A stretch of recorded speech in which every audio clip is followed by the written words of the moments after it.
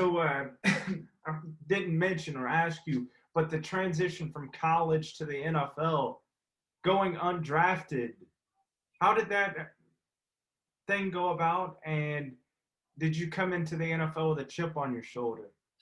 Yeah, so my junior year, I started getting scouted from Bethune. Sadly, I tore my groin my last year, and so I was originally getting looked at by the Pittsburgh Steelers around the fourth round of the draft. But when I tore my groin, I was done. Like it was a free agent, so I knew that physically, because of my injury, I wasn't going to get picked up, and that was sad. My agent thought I was still going to get picked up. I was Mel Kiper's sleeper. If you go back that year, I was a sleeper, but I just didn't get picked up. And then when free agency time came, I had a lot of teams that looked out for me. But honestly, I was just excited to have an opportunity to get in the NFL because I'm a fan. Like, growing up in West Virginia, like I'm a fan of football and still watch it today. I'm still excited when the games come on, like, still anxious. And, so in that regard, I didn't have, I didn't think I was entitled or privileged.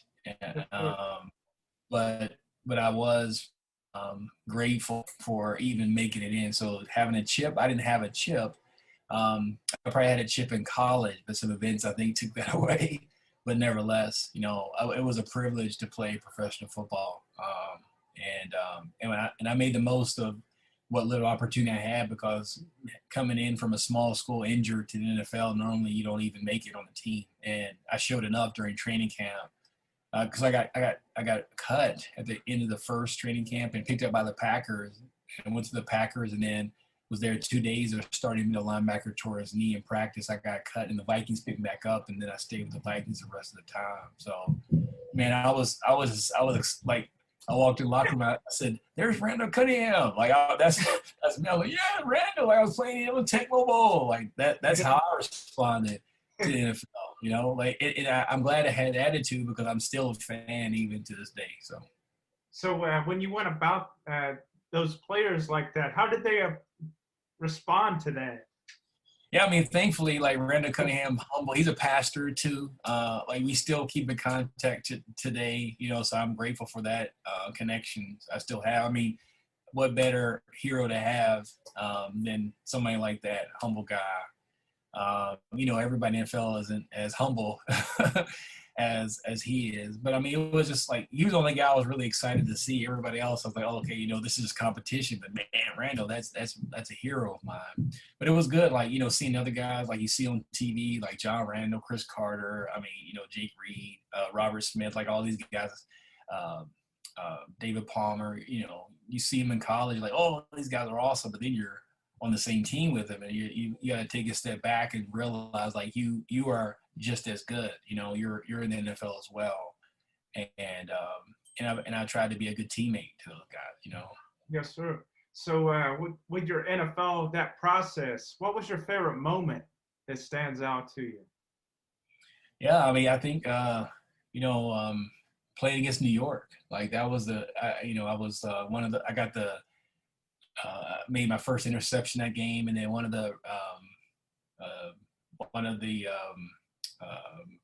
I don't know what it was called. I was kind of like defensive player of the game that day, and got like a free steak meal. My grandmother actually came to the game in New York and brought her friends, and while she was alive. I mean, it was just like, this is what I thought the NFL and the experience would be for me, and it was.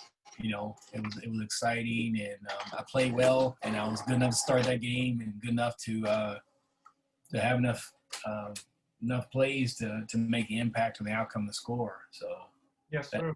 That game stood out the most to me. This concludes our episode today, folks. We greatly appreciate the support.